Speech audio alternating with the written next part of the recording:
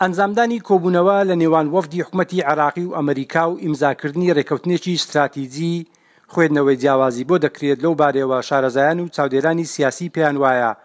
عێراق ئەمڕۆ پێویستی بە ڕێکەوتنێکی لەو جۆرە هەیە لەگەڵ ئەمریکا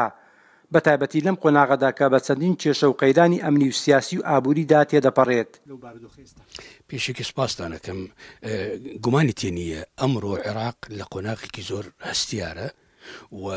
لەبەر ئەوە وجودی ئەمریکا ئەمڕۆ لەم سروفە ضرورەتە هەم بۆ عێراق و هەم بۆ ئەمریکا. بۆ عێراق چونکی وەزعی مادی و اقتصادی و وەزعی ئەمنی و عسکەری لاوازە و ظروفێکی وا ئەقۆزیێتەوە ئەبێ حولەفا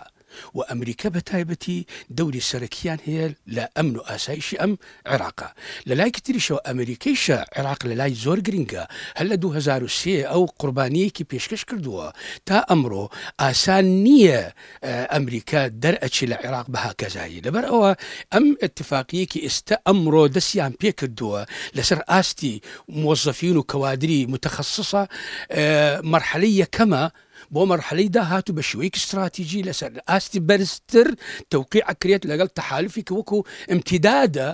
بۆ تەحالوفی ئەمریکی عێراق لە ساڵی 2008 واتە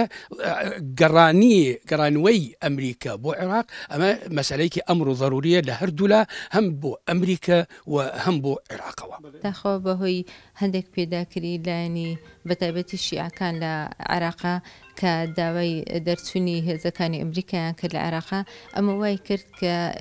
تۆزێک کێشە دروست بێنە نێوان هێزە ئەمریکیەکان و لایەنی عێراقی و هەروە تەدەخلاتی وڵاتانی دراوسێش هەبوو لەسەر کاریگەری سیاسیان هەبوو لەسەر عێراقا. ئەمە وای کرد کە تێکدانێک لەو پەیوەندیە ڕووبدات بەتایبەتی لە دوای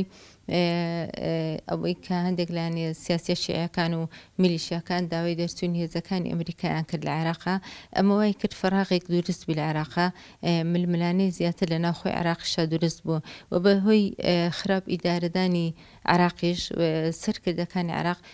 نەیانتوانی لە ئاستی پێویست وڵات ئیدارە بدەن وەکو تەجروبەی ئیدارەدانی وڵاتیان کەم بێ یاخود دەستێوەردانی دەرەشی زیاتر کاریگەری هەبوو لەسەر بەرژەوەندیەکانی ناوخۆی عێراقی. ئەمەوەی کرد عێراق بە ئاخارێکی خراپ دابڕەوە و ئەو ئامانجەی ئەمریکاش کە بۆی هاتبوو لە سەرەتای 2003 و ڕوخانی ڕژێم بەعەز نەیتوانی پێکێ. لەبارەی کاریگەری ڕێکەوتنی تازەی ئەمریکا و عێراق لەسەر هەرێمی کوردستان ئەندامێکی یەکێتی پەرلەمانتاران پێی وایە ئەو ڕێکەوتنە کە بڕیارە بە بەشداری لایەنی کوردی بکرێت لە بەرژەوەندی هەرێم دەبێ و هەنگاوێکە بۆ چارەسەرکردنی کێشەکانی نێوان هەرێم و بەغدا. ئەگەر لەگەر عێراق ڕێکەوەن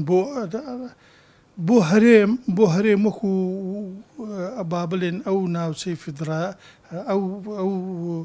ئەو قەوارە فیدرالی کە هەیە دەیمێنێتەوە بەڵام دەبێ بچێتەوە قالبی یاسای خۆی و